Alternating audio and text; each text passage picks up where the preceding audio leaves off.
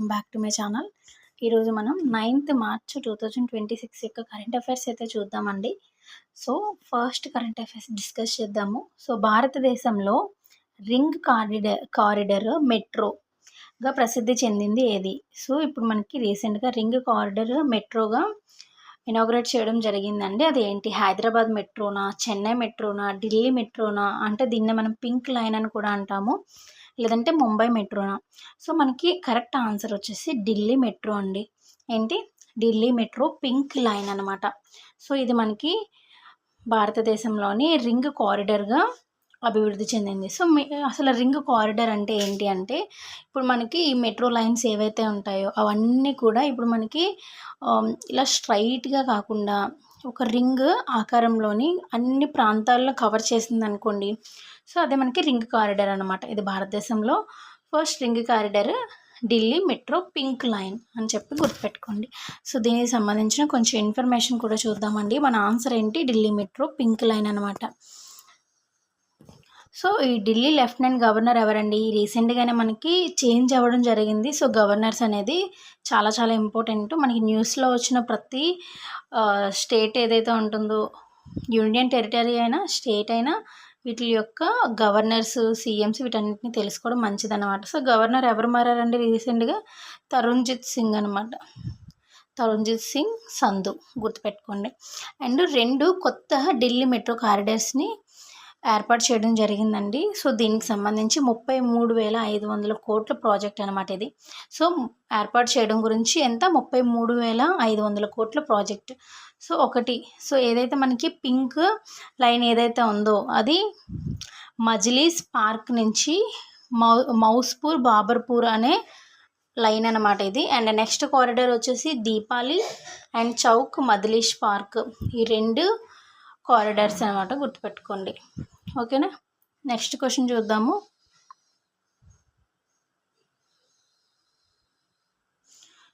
Sign అనే ఒక యాప్ని ఎవరు ప్రారంభించారు?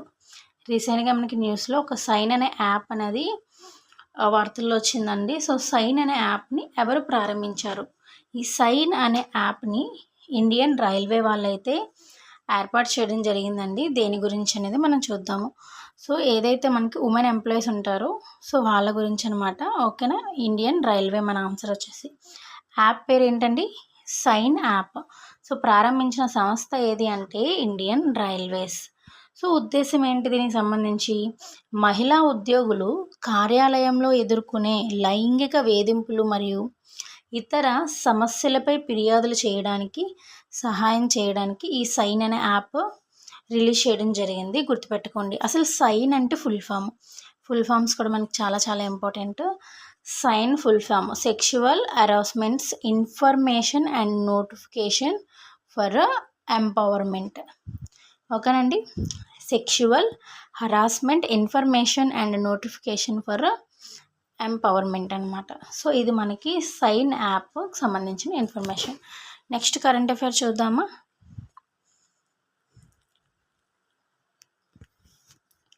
టీమ్ కల్కి. ఈ టీమ్ కల్కి అనే డ్రగ్ నెట్వర్క్ను బస్ట్ చేసిన, అంటే మనకి పట్టుకున్న సంస్థ ఏది అని చెప్పేసి క్వశ్చన్ అయితే అడుగుతున్నారండి. ఈ టీమ్ కల్కి. సో ఈ టీమ్ కల్కి అనేది డ్రగ్స్కి సంబంధించిన ఒక నెట్వర్క్ అన్నమాట. సో దానికి సంబంధించి చూద్దాము. సో ఎన్సీబీ ఏదైతే ఉందో ఎన్సీబీ అనేది రీసెంట్గా ఈ టీమ్ కల్కిని పట్టుకోవడం జరిగిందండి. సో చాలా చాలా ఇంపార్టెంట్. ఆన్సర్ ఏంటి? ఎన్సీబీ. సో ఫుల్ ఫామ్ ఏంటి? ప్రతిదీ ఇన్ఫర్మేషన్ చూద్దాము. సో భారతదేశంలో మాదక ద్రవ్యాలు, డ్రగ్స్ ఏవైతే ఉంటాయో భారతదేశంలో మాదక ద్రవ్యాల అక్రమ రవాణా అరికట్టే కేంద్ర సంస్థ ఏది అంటే ఎన్సీబీ అండి. ఇప్పుడు చూసాం కదా ఎన్సీబీ, నార్కోటిక్స్ కంట్రోల్ బ్యూరో. ఏంటండి? నార్కోటిక్స్ కంట్రోల్ బ్యూరో అనమాట. రీసెంట్గా మనం నిన్న ఒక కరెంట్ అఫైర్ కూడా చూసాం కదా, ఏపీకి సంబంధించి ఏదైతే ఉందో ఏమంటారు, మాదక ద్రవ్యాలకు సంబంధించి ఈ డ్రగ్స్కి సంబంధించి ఒక దీన్ని తీసుకొచ్చారనమాట. దాని పేరేంటి? వజ్రప్రహార్. ఆపరేషన్ వజ్రప్రహార్ అనమాట, ఆంధ్రప్రదేశ్కి సంబంధించి. సో దేశవ్యాప్తంగా పనిచేస్తున్న ఒక పెద్ద డ్రగ్ నెట్వర్క్ను బయటపెట్టింది. సో ఏం చేసింది, అది దేశవ్యాప్తంగా ఉన్న డ్రగ్ నెట్వర్క్. ఏంటది, టీమ్ కల్కి అనమాట. గుర్తుపెట్టుకోండి, మనకి టీమ్ కల్కి అనేది ఏ నెట్వర్క్ అని కూడా క్వశ్చన్ అడిగే ఛాన్స్ ఉంటుందండి. సో మాదక ద్రవ్యాలు, అదే డ్రగ్స్కి సంబంధించి. ఓకేనా. అండ్ ఆపరేషన్ను ఎన్సీబీ నిర్వహించింది. ఎన్సీబీ నార్కోటిక్స్ కంట్రోల్ బ్యూరో అనమాట. సో దేశవ్యాప్తంగా పనిచేసే పాన్ ఇండియా డ్రగ్ నెట్వర్క్ను గుర్తించారు. ఇందులో మనకి ఇద్దరిని అరెస్ట్ చేయడం జరిగిందండి. ఓకేనా. అండ్ డ్రగ్ సరఫరా మరియు అక్రమ రవాణాలో పాల్గొనే నెట్వర్క్పై దర్యాప్తు కొనసాగుతుంది. ఇంకా దర్యాప్తు అయితే కొనసాగుతుంది. మెయిన్లీ మనకి ఇంపార్టెంట్ ఏంటి అంటే టీం కలికి దేనికి సంబంధించిందంటే డ్రగ్స్. ఎవరు కనుక్కున్నారంటే ఎన్సీబీ. నార్కోటిక్ ఫుల్ ఫామ్ మీరు కామెంట్ సెక్షన్లో కామెంట్ చేయండి. ఓకేనా, మీకు అలవాటు అవుతుంది. నెక్స్ట్ క్వశ్చన్ చూద్దామా. ముఖ్యమంత్రి మావన్ దియాన్ సత్కార్ యోజన. సో ఇది ఏ రాష్ట్రానికి సంబంధించింది. సో ముఖ్యమంత్రి మావన్ దియాన్ సత్కార్ యోజన. సో మనకి స్కీమ్స్ కూడా చాలా చాలా ఇంపార్టెంట్ అండి. ఏ రాష్ట్రానికి సంబంధించింది అంటే పంజాబ్ రాష్ట్రానికి సంబంధించిందండి. సో 18 years అబవ్ ఉమెన్స్ ఎవరైతే ఉంటారో వాళ్ళకి ఈ స్కీమ్ అయితే వర్తిస్తుంది అనమాట. దానికి సంబంధించి చూద్దాము. సో 18 సంవత్సరాలు పైబడిన మహిళలకు ఆర్థిక సహాయం అందించడానికి సో ఈ స్కీమ్ అయితే రిలీజ్ చేయడం జరిగింది. సో నెలకు 1000 రూపాయలు ఆర్థిక సహాయము. అదే మనకి ఎస్సీ మహిళలు అనుకోండి, వాళ్ళకి 1500 రూపాయలు నెలకి ఇవ్వనున్నారనమాట. సో పంజాబ్కు సంబంధించిన ముఖ్యమంత్రి భగవత్ సింగ్ మాన్ అండ్ గవర్నర్ బన్వీలాల్ పురోహిత్. ఇక్కడ గవర్నర్స్ అయితే చేంజ్ అవ్వలేదు పంజాబ్కి సంబంధించి. ఓకేనా. 18 సంవత్సరాలు పైబడిన మహిళలకు ఆర్థిక సహాయం అందించడం గుర్తుపెట్టుకోండి స్కీము. నెక్స్ట్ క్వశ్చన్ చూద్దామా. సో విద్యార్థుల కోసం సైబర్ భద్రతా ప్రోటోకాల్ అమలు చేసిన రాష్ట్రం ఏంటి. సో విద్యార్థుల కోసం సైబర్ భద్రతా ప్రోటోకాల్ అమలు చేసిన రాష్ట్రం ఏంటి. సో కేరళ. సో కేరళ మనకి ఎవ్రీడే మ్యాక్సిమం న్యూస్లో అయితే వస్తుందండి. సో నిన్న మనకి ఒక న్యూస్ కూడా చూసాము, జీ స్పైడర్ అని ఒక ఏఐ ఆధారిత కెనాల్ క్లీనర్ అని చెప్పేసి. ఇలా మీరు గుర్తు చేసుకుంటూ ఉండండి, ఆ రాష్ట్రానికి సంబంధించిన ఇంకా ఏమైనా డీటెయిల్స్ ఉంటాయి. ఓకేనా. మనకి ఆన్సర్ ఏంటండి, కేరళ. విద్యార్థుల కోసం ఒక సైబర్ భద్రతా ప్రోటోకాల్ని అయితే ఏర్పాటు చేశారండి. సో ఇది విడుదల చేసిన సంస్థ ఏది. సో కేరళకు సంబంధించిన కైట్ అనే ఒక సంస్థ అండి. కైట్.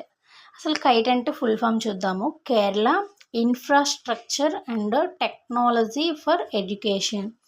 సో ఈ సంస్థ అనేది విడుదల చేయడం జరిగిందనమాట. ఓకేనా, గుర్తుపెట్టుకోండి, కేరళకు సంబంధించింది. అలానే కేరళకు సంబంధించిన గవర్నర్ అండ్ అలానే సీఎం ఎవరైతే ఉన్నారో మీకు తెలిస్తే కామెంట్ సెక్షన్లో కామెంట్ చేయండి. నెక్స్ట్ క్వశ్చన్ చూద్దామా. ఏఐ ఆధారిత స్మార్ట్ కెమెరాలను ఏర్పాటు చేసిన అమ్రాబాద్ టైగర్ రిజర్వ్ ఏ రాష్ట్రంలో ఉంది. సో మీకు అమ్రాబాద్ టైగర్ రిజర్వ్ అంటే మీకు అర్థమయ్యే ఉంటుంది, తెలంగాణ. సో ఈ తెలంగాణకి సంబంధించిన ఈ టైగర్ రిజర్వ్లో ఏఐ ఆధారిత స్మార్ట్ కెమెరాలను అయితే ఏర్పాటు చేయనున్నారనమాట. ఇది మనకి తెలంగాణకి సంబంధించిన న్యూస్. తెలంగాణ నుంచి కూడా మనకి న్యూస్ ఎవ్రీడే వస్తూనే ఉంటుంది.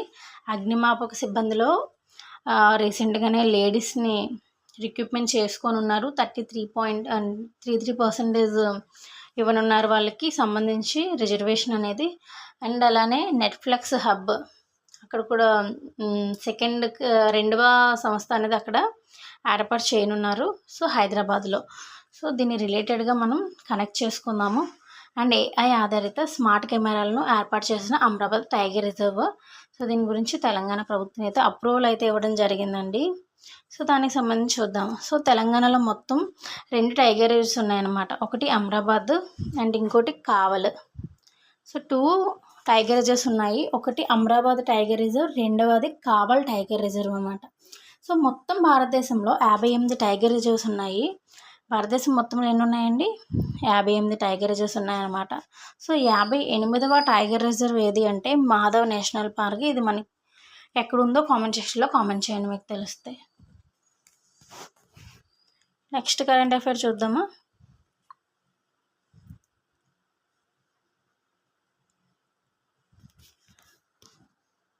So Lavi wellness retreat project అనమాట.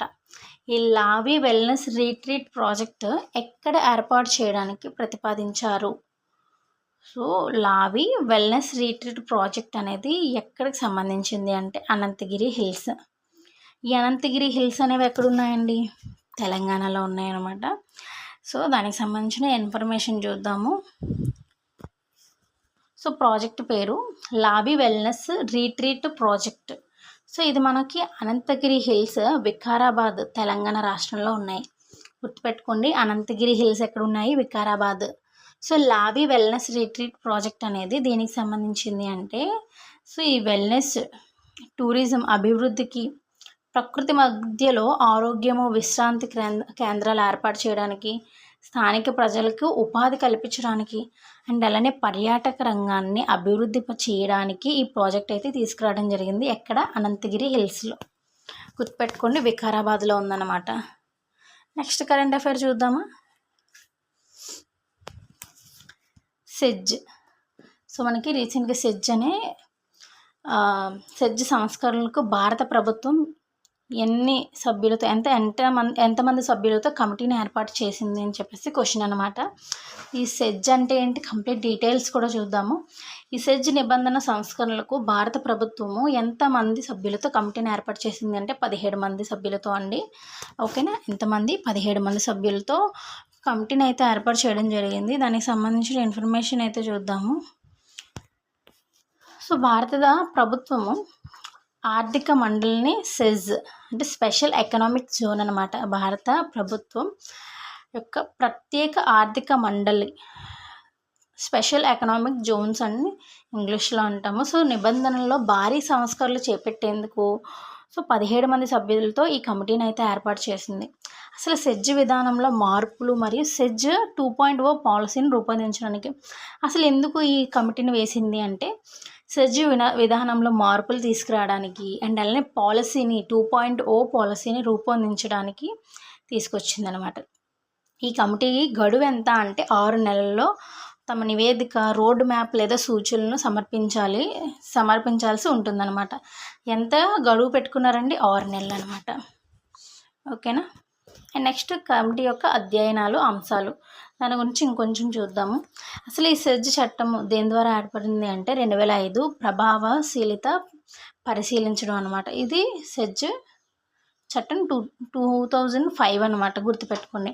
అసలు ఇది దేని గురించి పనిచేస్తుంది అంటే, ఎగుమతి ఆధారిత యూనిట్లు, గిట్టంగి కార్యకలాపాలు మరియు ఇతర ప్రోత్సాహ పథకాలకు సమన్వయం దీనికి సంబంధించి. సో ఎగుమతులు, పెట్టుబడులు మరియు ఉపాధిని పెంచేందుకు అవసరమైన మార్పులు, సో దీనికి సంబంధించి. సో ఎగుమతులకు, పెట్టుబడులకు, ఉపాధి పెంచేందుకు అవసరమైన మార్పులకు ఈ సెజ్ అనేది సంస్కరణ అనేది పనిచేస్తుంది అనమాట. దేశంలో మొత్తం ఎన్ని సెజ్లు ఉన్నాయంటే 276 సెజ్లలో సుమారు 6279 యూనిట్ల పనితీరును మెరుగుపరచడం. అండ్ అలానే ఈ చర్య యొక్క ముఖ్య ఉద్దేశం ఏంటి అంటే, సెజ్ సంస్కరణల కోసం ఏర్పాటు చేసిన కమిటీ. ఓకేనా. దీని యొక్క మెయిన్ ముఖ్య ఉద్దేశం ఏంటండి, ఈ 6279 యూనిట్ల పనితీరును మెరుగుపరచడం అనేది ఈ కార్యాచరణ యొక్క ముఖ్య ఉద్దేశం అన్నమాట. గుర్తుపెట్టుకోండి. అండ్ అలానే ఈ సెజ్ అనే సంస్కరణ కోసం ఏర్పాటు చేసిన కమిటీ ఏంటి అంటే బాబా. సో బాబా కళ్యాణి కమిటీ అన్నమాట. గుర్తుపెట్టుకోండి. మనకి ఈ సెజ్ అనేది వార్తల్లోకి వచ్చింది కాబట్టి, ఈ సెజ్ సంస్కరణ కోసం ఏర్పాటు చేసిన కమిటీ ఏంటి అని అడిగితే బాబా కళ్యాణి కమిటీ. గుర్తుపెట్టుకోండి. ఓకేనా. నెక్స్ట్ కరెంట్ అఫైర్ చూద్దామా. ఎక్సర్సైజ్ లమిటియే. ఎక్సర్సైజ్ సో లమిటియే అనమాట.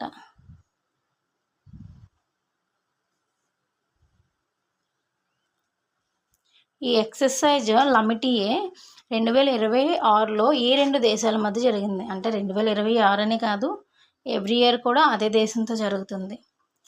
సో మనకి ఆన్సర్ ఏంటో చూద్దాము. ఇండియా అండ్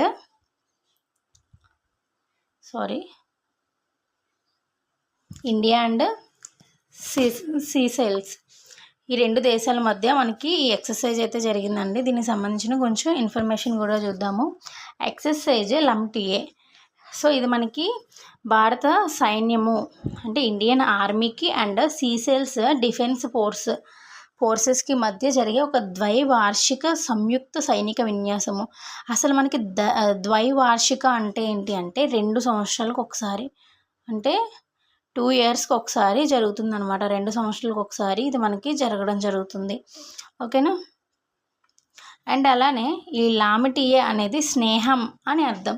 సో ఈ క్రియోల్ భాషలో లామిటియే అంటే ఒక స్నేహం అనమాట. ఈ స్నేహానికి గుర్తుగా దీన్ని ఎక్సర్సైజ్ లామిటియే అని చెప్పేసి నేమ్ పెట్టడం జరిగింది. ఈ ఎక్సర్సైజ్ ఏదైతే ఉందో ఇరు దేశాల మధ్య రక్షణ సహకారాన్ని, కార్యాచరణ సామర్థ్యాన్ని పెంచడానికి ఈ సీసెల్స్లో నిర్వహించబడుతుంది. ఎవ్రీ ఇయర్ కూడా మనకి సీసెల్స్లోనే జరుగుతుంది. గుర్తుపెట్టుకోండి, ఇది కూడా మనకి చాలా చాలా ఇంపార్టెంట్.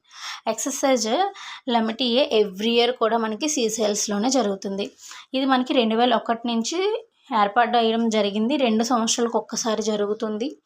అండ్ రీసెంట్గా మార్చ్ 9 నుంచి 20 వరకు ఈ 2026 మధ్యలో ఈ సీసెల్స్ డిఫెన్స్ అకాడమీ 11వ ఎడిషన్ జరగబోతుంది. సో ఆల్రెడీ మనకి జరుగుతూ ఉందన్నమాట.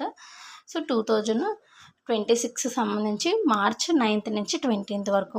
ఇది ఎన్నవ ఎడిషన్ అంటే 11th ఎడిషన్ గుర్తుపెట్టుకోండి. ఇది మనకి 11వ ఎడిషన్ అనమాట. ఓకేనా. నెక్స్ట్ కరెంట్ అఫైర్ చూద్దాము.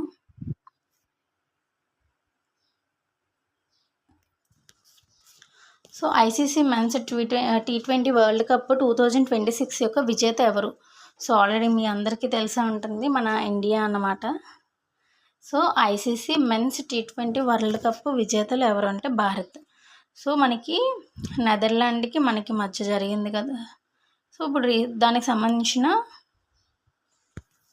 కరెంట్ అఫైర్స్ చూద్దాం. ఇండియా నేషనల్ క్రికెట్ టీం ఇప్పటికీ 3 సార్లు గెలిచిందనమాట. ఇది 3rd time. So ICC T20 world cup ఈ 3 సార్లు గెలిచిన నాయకత్వం కెప్టెన్ల గురించి కూడా చూద్దాము. ఫస్ట్ టైం 2007లో అండి. సో కెప్టెన్ మహేంద్ర సింగ్ ధోని గారు అనమాట. అండ్ స్థలం ఎక్కడ జరిగిందంటే సౌత్ ఆఫ్రికాలో జరిగింది. భారత్ వర్సెస్ పాకిస్తాన్. సో ఎవరు గెలిచారు? భారత్ గెలవడం జరిగింది అనమాట. నెక్స్ట్ టైటిల్ ఎప్పుడు వచ్చింది? 2024లో అన్నమాట. రోహిత్ శర్మ మనకి కెప్టెన్గా ఉండే టైంలో Bharat South Africa national cricket టీంకి అయింది. ఎవరు గెలిచామండి? సో మనమే గెలిచామన్నమాట, భారత్. And next 2026. సో ఈ 2026 ఇప్పుడు రీసెంట్గా మనకి కెప్టెన్ సూర్యకుమార్ యాదవ్ అన్నమాట. మనమే గెలవడం జరిగింది, భారతదేశం.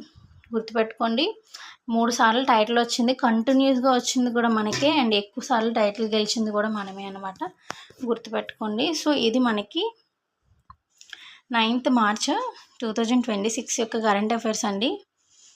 మీకు అర్థమైందని అనుకుంటున్నాను. మీకు హెల్ప్ఫుల్ అనిపిస్తే మన ఛానల్ సపోర్ట్ చేసి కొంచెం ఫాలో చేయండి. Thank you so much all.